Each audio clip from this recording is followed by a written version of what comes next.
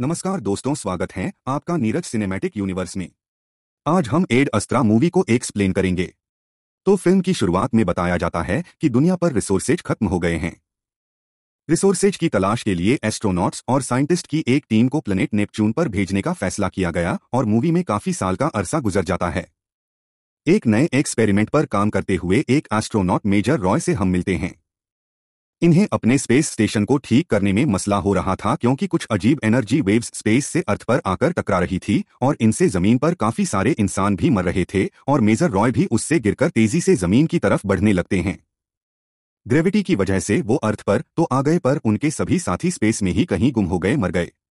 वो अपनी टीम के एक अकेले इंसान थे जो जिंदा बचकर जमीन पे आए थे। लेकिन जैसे इतने बड़े हादसे के बावजूद बचने वाली जिंदगी रॉय को खुशी नहीं दे रही थी। उनको खुशी या गम जैसे महसूस ही नहीं होता था। इसीलिए उनकी वाइफ ने भी उन्हें छोड़ दिया था। रॉय हमेशा से ऐसा नहीं था, बल्कि उसकी लाइफ में होने वाले बड़े चेंजेस ने उसे ऐसा बना दिया था। बचपन से ही रॉय अपने डैड के साथ सबसे ज्यादा अटैच था। उसके डैड दुनिया के महान एस्ट्रोनॉट थे और आज से कई सालों पहले एक एक्सपेरिमेंट के लिए नेपच्यून गए थे। यानी उस प्रोजेक्ट पर गए थे जिसे मूवी के स्टार्ट में दिखाया गया था। नासा का रॉय के डैड की टीम से कांटेक्ट रहता था। रॉय के डैड वहां के हालात और अपनी रिसर्च दुनिया तक पहुंचाते थे। पर फिर चंद सालों बाद अचानक उनका कांटेक्ट जमीन से खत्म हो गया। और कई सालों की एफर्ट के बाद भी जब नासा उनके स्पेस स्टेशन का स्पेस में पता ना चला सकी तो उन्होंने रॉय के डैड के साथ उनकी पूरी टीम को दुनिया वालों को मरा हुआ बता दिया। जिस दिन के बाद से रॉय की लाइफ और भी ज्यादा भीखी हो गई। रॉय को इस टाइम उसके हेडक्वार्टर बुलाया जाता है और बताया जाता है कि जिन वेव्स की वजह से उसका स्पेस स्टेशन तबाह हुआ था वो वेव्स नेपच्यून से आ रही थी। बिल्कुल उसी जगह से आ रही थी जहां आज से कई साल पहले उसके डैड की टीम को भेजा गया था रिसर्च के लिए। नासा के साइंटिस्ट का मानना था कि वो एनर्जी वेव्स नेपच्यून में मौजूद इनका स्पेस स्टेशन ही जनरेट कर रहा है और ऐसा खुद ब खुद हो जाए यह पॉसिबल नहीं था। साइंटिस्ट की टीम को लग रहा था कि उसके डैड अभी भी जिंदा है और वो नेपच्यून पे कोई ना कोई एक्सपेरिमेंट जरूर कर रहे हैं जिसकी वजह से यह सब हो रहा है। शायद वहां बैठे रॉय के डैड यह बात नहीं जानते कि उनके इस एक्सपेरिमेंट से अर्थ तबाह हो रही है। साइंटिस्ट बताते हैं कि उन्होंने स्पेस स्टेशन में रॉय के डैड से कांटेक्ट करने की बहुत कोशिश की है, लेकिन वहां से कोई आंसर नहीं आ रहा। इस सब को रोकने के लिए यह लोग एक मिशन प्लान करते हैं। इस मिशन में रॉय के साथ उसके डैड के फ्रेंड को भी जाना था। सफर उनका शुरू होता है और 8 से रॉकेट लॉन्च हो गई। यह लोग सबसे पहले जाकर चांद पे लैंड करते हैं। मून पर लैंड करने के बाद इन्हें मून पे ही दूसरी तरफ अपने स्पेस कॉम तक जाना था। लेकिन रास्ते में ही इनके ऊपर यहां स्पेस पायरेट्स ने यानी डाकुओं ने हमला कर दिया, जिसकी वजह से रॉय के काफी सारे साथी मारे गए और रॉय भी जख्मी हो गया। फाइनली यह लोग मून के स्पेस कॉम तक पहुंच गए, लेकिन वहां जाकर देखा कि रॉय के बूढ़े साथी की भी तबीयत अब बहुत ज्यादा खराब हो चुकी थी। वह आगे मार्स तक का सफर कंटिन्यू नहीं कर सकते थे। इसीलिए उन्होंने अपने आप को यहीं पर रोका। रॉय को एक सीक्रेट चिप और मैसेज दिया और यहां पर उन्होंने बताया कि वह लोग नेपच्यून रॉय के डैड को रोकते नहीं जा रहे बल्कि एक सीक्रेट मिशन पर जा रहे थे, जहां उन्हें रॉय के डैड के एक्सपेरिमेंट को वहीं पर तबाह करना था, चाहे रॉय के डैड वहां जिंदा हो या ना हो। यह सुनकर रॉय को बहुत ज्यादा दुख हुआ, लेकिन खैर उसने मिशन कंटिन्यू कर लिया। लोगों को अब आगे मार्स पर जाना था। मार्स के रास्ते में इनके करीब एक और स्पेस स्टेशन इन्हें मिलता है। रॉय के कैप्टन वहां जाने का फैसला करते हैं क्योंकि वहां के स्पेस स्टेशन से यह लोग अपनी सप्लाई पूरी कर सकते थे। यहां जाने पर उन्होंने देखा कि यह स्पेस स्टेशन तो बिल्कुल खाली है। यहां इन्हें कोई इंसान नहीं मिला, बस स्लैब में इन्हें एक खतरनाक बिनमानस दिखा। इस बंदर ने इनको देखते ही इनके ऊपर हमला कर दिया। इस हमले में रॉय का कैप्टन जख्मी हो गया, लेकिन रॉय ने आगे बढ़कर अपने कैप्टन को बचाया और फिर उस बिनमानस को एक वैक्यूम चेंबर में डालते हुए उसका वैक्यूम बिल्कुल खत्म कर दिया, जहां पर वो मारा गया। उसको मारने के बाद रॉय अपने कैप्टन को लेकर अपनी शिप में वापस आ जाता है, जहां आकर इनको पता चला कि रॉय का कैप्टन अब मर चुका है। आगे का सफर इन्हें अकेले ही तय करना था, लेकिन बड़ा मसला तब हुआ जब मार्स से आने वाली एक बड़ी सी एनर्जी वेव ने उनके स्पेस शिप को घुमा दिया। इस मुश्किल घड़ी में भी रॉय ने हिम्मत नहीं हारी। उसे डर का एहसास नहीं हुआ और उसने अपने स्पेसशिप को हैंडल करते हुए मार्स पर लैंड करवा ही लिया। रॉय के यहां लैंड होते ही उसे एक मैसेज के लिए स्क्रिप्ट दी जाती है जिससे वह अपने डैड के लिए रिकॉर्ड करें और यहां मार्स से यह लोग यह मैसेज नेपच्यून भेज सकें। असल में नेपच्यून से मार्स तक कांटेक्ट हो पा रहा था लेकिन अर्थ तक नहीं। रॉय की पहली रिकॉर्डिंग नेपच्यून भेज दी जाती है। लेकिन नेपच्यून से उसके डैड का कोई रिप्लाई नहीं आता। यह देखते हुए दूसरी मर्तबा रॉय बहुत इमोशनल होकर रिकॉर्डिंग करता है। स्क्रिप्ट के बजाय वो अपने दिल की बातें अपने डैड से कहता है और मैसेज सेंड कर देता है। हालांकि बाकी एस्ट्रोनॉट इस मैसेज को सेंड करने के खिलाफ थे क्योंकि इसमें बहुत सारे इमोशंस थे और एस्ट्रोनॉट्स की लाइफ में इमोशंस की कोई जगह नहीं। अब स्क्रिप्ट वाला मैसेज ना बोलने की वजह से रॉय को इस मिशन से निकाल दिया जाता है और वापस अर्थ पर भेजने की तैयारी शुरू कर दी जाती है। इससे पहले कि रॉय अर्थ के लिए निकल जाता, उसके किए हुए इमोशनल मैसेज की वजह से उसके डैड का रिप्लाई आ जाता है। रॉय को अपने डैड की आवाज सुननी थी। वो मैसेज सुनना था, लेकिन बाकी एस्ट्रोनॉट रॉय को वो मैसेज सुनने नहीं देते। यहाँ अब मार्स के स्पेस स्टेशन की डायरेक्टर से मिलती हैं। उन्होंने रॉय को पहली मर्तबा देखा था। से पूछती हैं, क्या तुम्हें उन वेव्स के बारे में पता है जो लगातार इस स्पेस स्टेशन से और इस जमीन से टकरा रही हैं? तुम जानते हो उसकी वजह से मेरे काफी लोग मारे गए। रॉय उसकी इस बात का जवाब नहीं देता और जब वहां से जाने ही वाला होता है तो डायरेक्टर से पूछते हैं, तुम जानते हो कि तुम्हारे डैड के साथ क्या हुआ था? उसकी बात सुनकर रॉय रुक गया। डायरेक्टर ने अब उसे उसके डैड की एक वीडियो दिखाई जो काफी साल पहले उन्हें रिसीव हुई थी। इस वीडियो में रॉय के डैड सबको बता रहे थे कि उन्हें एक बहुत बड़े प्रोजेक्ट के लिए यहां नेपच्यून पर भेजा गया था। इनकी रिसर्च बहुत अच्छी चल रही थी, लेकिन रॉय के डैड के बाकी सारे साथी अकेले रह रहकर यहाँ पे साइकोलॉजिकली वीक हो गए। यहाँ की जिंदगी उन्हें बेकार लगने लगी और उन्होंने अर्थ पर वापस जाने का फैसला किया। लेकिन रॉय के डैड अपने सफर में इतने आगे निकलकर वापस जाना नहीं चाहते थे क्योंकि वो कैप्टन थे। सबकी मजबूरी थी उनकी बात मानना, लेकिन सबने यहाँ पे उनके साथ बगावत की और मिलकर अर्थ पर वापस जाने का फैसला किया। यह देखते हुए रॉय के डैड ने स्पेसशिप के सारे ही लाइफ सपोर्ट सिस्टम डिसेबल कर दिए, बंद कर दिए, जिसकी वजह से उनके क्रियो के सभी मेंबर्स मारे गए। यह सुनकर रॉय शॉक में था क्योंकि उसके डैड, जिसे दुनिया का सबसे बड़ा साइंटिस्ट, सबसे बड़ा एस्ट्रोनॉट माना जाता था, वो असल में एक कातिल था। रॉय अब गुस्से में झुंझुलाने लगा। डायरेक्टर ने उन्हें बताया कि मेरे मॉम डैड तुम्हारे डैड के क्रियो का हिस्सा थे। यह लोग पहले मार्स पर आए जहां मार्स पे मेरा जन्म हुआ। उसके बाद यह लोग नेपच्यून के लिए निकल गए। नेपच्यून से वापस आकर वो मुझे लेना चाहते थे, लेकिन तुम्हारे डैड ने उनको मार दिया और वो मेरे से भी दूर हो गए। डायरेक्टर बताती हैं कि तुम्हारे डैड का यह मैसेज काफी सालों पहले दुनिया पर पहुंच चुका था, लेकिन अर्थ के लोग तुम्हारे डैड को एक विलेन बनाकर लोगों के सामने नहीं लाना चाहते थे। इसीलिए उन्होंने वो सारा ड्रामा किया कि उनके सारे क्रू मेंबर्स मारे गए। अगर दुनिया को उनकी सच्चाई पता चल जाती तो शायद कोई भी उनके ऊपर एतबार न करता। लेकिन नासा के लिए वह एक फायदा ही थे क्योंकि नासा को वह उनकी रिसर्च पूरी करके दे रहे थे।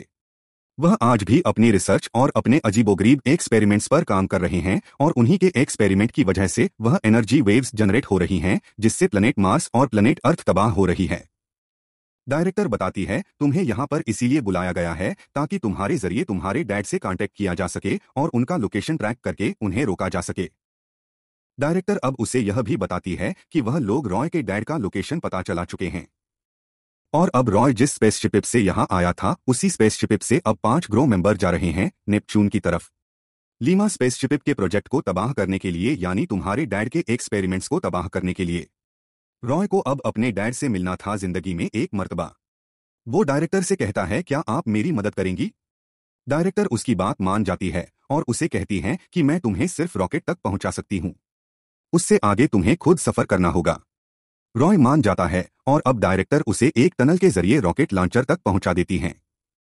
यहां से रॉकेट लॉन्चिंग स्टार्ट होने ही वाली थी, लेकिन तेजी से रॉय ऊपर की तरफ चढ़ने लगा।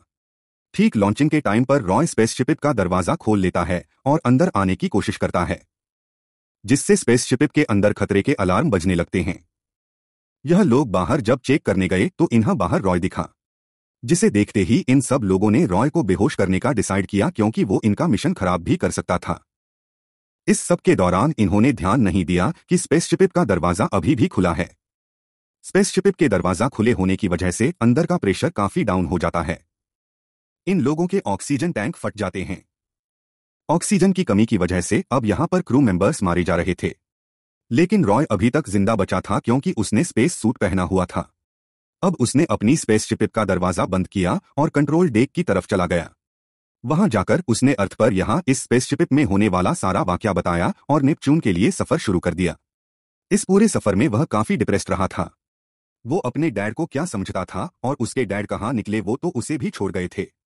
अपने डैड के वीडियो क्लिप्स देखते हुए उन्हें वीडियोस में उसकी वाइफ भी आ गई, जिसे देखकर उसे दुख का एहसास होने लगा। वो सोचने लगा कि वो ऐसा क्यों है, उसकी जिंदगी में इतना अकेलापन क्यों है। यह सब सोचते सोचते उसे रियलाइज होता है कि उसका यह अकेलापन सिर्फ उसके डैड के दिए हुए डिप्रेशन की वजह से है। उसके डैड के जाने ने उसको मेंटली अनस्टेबल कर दिया था, जिसके बाद से उसने अकेले ही रहना शुरू कर दिया और किसी के साथ भी वो अब कंफर्टेबल नहीं होता था। वो अब थक चुका था। थोड़ा वक्त गुजरता है और दिखाया जाता है कि finally Roy Lima space station Neptune में पहुंच गया था। यहां जाते ही उसके रोंगटे खड़े हो गए, क्योंकि उसने देखा कि यह पूरा स्पेस स्टेशन खाली था और जगह जगह मरे हुए एस्ट्रोनॉट्स की लाशें उड़ रही थी। उसे यहां अपने डैड भी कहीं नहीं दिखे और आगे जाने पर एक बड़ा सा कंटेनर नजर आया। इसके अंदर ही केमिकल रिएक्शन हो रहा था, जिसकी वजह से एनर्जी वेव्स जनरेट होकर अर्थ और मार्स को तबाह कर रही थी। वो जानता था कि अब उसे इसी कंटेनर को तबाह करना है। वो अपना न्यूक्लियर वेपन लोड करने लगता है कि तभी उसके डैड उसके पास आ जाते हैं। वो ऊपर की तरफ खड़े हुए थे। उन्होंने रॉय को देखते ही पहचान लिया और पूछा, रॉय क्या तुम हो वहां पर? रॉय इतने सालों बाद अपने डैड को देखकर इमोशनल हो गया। ना चाहते हुए भी उसने पूछ लिया, कैसे हैं डैड? उसके डैड ने जवाब दिया, थका हुआ हूं। काफी सालों से इन एनर्जी वेव्स को कंट्रोल करने की कोशिश कर रहा हूं। यह सुनकर रॉय भी हैरान हो जाता है, क्योंकि उसे तो खबर मिली थी कि उसके डैड जानबूझकर यह सब बना रहे हैं। अब अपने डैड से इसकी सच्चाई पूछता है तो डैड उसे कहानी बताना शुरू करते हैं कि जब मेरे सारे क्रू मेंबर्स यहां से जाने लगे तो यह स्पेस स्टेशन भी तबाह होने वाला था। हमारी स्पेसशिप में एक एंटी मैटर था जो स्पेस की दूसरी एनर्जी को अपनी तरफ अट्रैक्ट करने लगा और फिर इसके अंदर से बहुत बड़ी एनर्जी वेव्स निकलने लगी। इन्हीं वेव्स की वजह से मेरे सारे क्रू मेंबर्स भी मारे गए, लेकिन मैं बच गया और इन वेव्स को कंट्रोल करने की कोशिश में लग गया। उसकी बात सुनकर रॉय हैरान होता है और उनसे कहता है, आप परेशान मत हो डैड, अब मैं आ गया हूं। अब मैं सब ठीक कर दूंगा। यह सब ठीक करके हम दोनों अर्थ पे चलेंगे। लेकिन उसके डैड ने यह सुनते ही मना कर दिया, क्योंकि वो अर्थ पे जाना नहीं चाहते थे। उसे बताते हैं कि अर्थ मुझे कभी भी अपनी दुनिया लगती ही नहीं थी। वह हमेशा से स्पेस में आकर स्पेस की चीजों और एलियंस के बारे में रिसर्च करना चाहते थे। वह बताते हैं कि स्पेस मेरी पहली प्रायोरिटी थी। इसी के लिए मैं अपनी वाइफ, फैमिली, तुम्हें और पूरी दुनिया को छोड़कर यहाँ आ गया। मैंने तुम्हें ज्यादा प्यार भी इसीलिए नहीं किया, क्योंकि मैं जानता था कि अगर मैं तुमसे अटैच हो गया तो मैं यहाँ पर नहीं रह पाऊंगा। रॉय उनकी बात सुनकर थोड़ा सा इमोशन हो गया, क्योंकि जिससे वो इतना ज्यादा प्यार करता था, आज उसके वही डैड उसे कह रहे थे कि वो उससे प्यार नहीं करते। रॉय यहाँ उसे कहता है, आप नहीं, लेकिन मैं आपसे प्यार करता हूँ डैड। इसीलिए मैं आपको अर्थ पर लेकर जाऊंगा। यह कहते ही वह अपना न्यूक्लियर वेपन लोड करने लगा, जिससे वो एंटी मैटर को तबाह कर देते और अपने डैड को लेकर वो यहाँ से वापस आ जाता। वेपन लोड करने के बाद उसने अपने डैड को स्पेस सूट पहनाया और स्टेशन से बाहर आने के लिए सेटअप क्रिएट करने लगे। लेकिन यहाँ पर उसके डैड ने उसे कहा, नहीं रॉय, मुझे दुनिया पर नहीं जाना। प्लीज मुझे छोड़ दो, मुझे यहीं रहना है। रॉय, वो मेरी दुनिया नहीं है। प्लीज तुम भी मुझे माफ कर दो, क्योंकि मैं भी तुम्हें वो प्यार नहीं दे सका जो मुझे देना चाहिए था, और आज भी मैं तुम्हारा साथ छोड़ रहा हूं। यह कहते ही वह अपने बेटे के हाथ छुड़वाकर उससे दूर हो जाते हैं। रॉय भी अब अपने डैड को आखिरी गुड बाय कहकर उनकी रस्सी छोड़ देता है। खुद रॉय थ्रस्टर की मदद से अपने आप को खींचते हुए अपनी स्पेसशिप तक वापस आ जाता है। स्पेसशिप में बैठने के बाद उसने देखा कि उसके डैड अब नेपच्यून के ऑर्बिट में पहुंच चुके थे। आखिरी बार अपने डैड को देखने के बाद वो अपना शिप ऑन कर देता है। वो अपना सफर कंटिन्यू करने ही वाला था, लेकिन तभी उसे पता चला कि उसकी शिप का फ्यूल बहुत कम है और इतने कम फ्यूल से वो अर्थ पर नहीं पहुंच सकता था। यह देखकर उसे अफसोस होने लगा। उसे लगा कि वह भी अपने डैड की तरह यहीं स्पेस में रह जाएगा। लेकिन तभी हमें दिखाया गया कि रॉय ने जो बम प्लांट किया था वो ब्लास्ट हो जाता है। उसके ब्लास्ट होते ही यहाँ पर एक बहुत बड़ी एनर्जी वेव निकलती है, जो रॉय की स्पेसशिप को दुनिया तक जाने के लिए पुश दे देती है। रॉय का सफर कंटिन्यू हो जाता है। इस पुश से रॉय का फ्यूल काफी बच गया था। अब वह इजीली अर्थ तक पहुंच सकता था, इसीलिए वह बहुत ज्यादा सेटिस्फाई था। अपने सफर के दौरान वह अपने डैड को दिए हुए डॉक्यूमेंट्स पढ़ता है, जिसमें लिखा था कि इंसान ही इस पूरी यूनिवर्स का, इस पूरी कायनात का सबसे अक्लमंद क्रिएचर है। अर्थ के कम होते रिसोर्सेज कोई और प्लेनेट या एलियंस पूरे नहीं कर सकते, बल्कि इंसान खुद ही अपनी मदद करके अपने रिसोर्सेज को बढ़ा सकते हैं। यह पेपर्स पढ़ते हुए उसे अपने डैड की कदर होने लगती है कि उन्होंने अपनी लाइफ को स्पेस में सैक्रिफाइस करके इंसानों को एक बहुत बड़ा सबक दिया था। खुद भी इस सफर के बाद रॉय के अंदर एक बहुत बड़ा चेंज आया था। पहले उसे जिस लाइफ की कदर नहीं थी, अब उसे इस लाइफ से प्यार होने लगा था। उसके अंदर भी फीलिंग्स आ गई थी, वो एक नॉर्मल इंसान की तरह एक्ट करने लगा था। ऐसे में वो अपनी वाइफ से भी मिल जाता है और ये दोनों हंसी खुशी दोबारा जिंदगी स्टार्ट करते हैं और बस यही दिखाते हुए यह मूवी यहाँ खत्म हो जाती।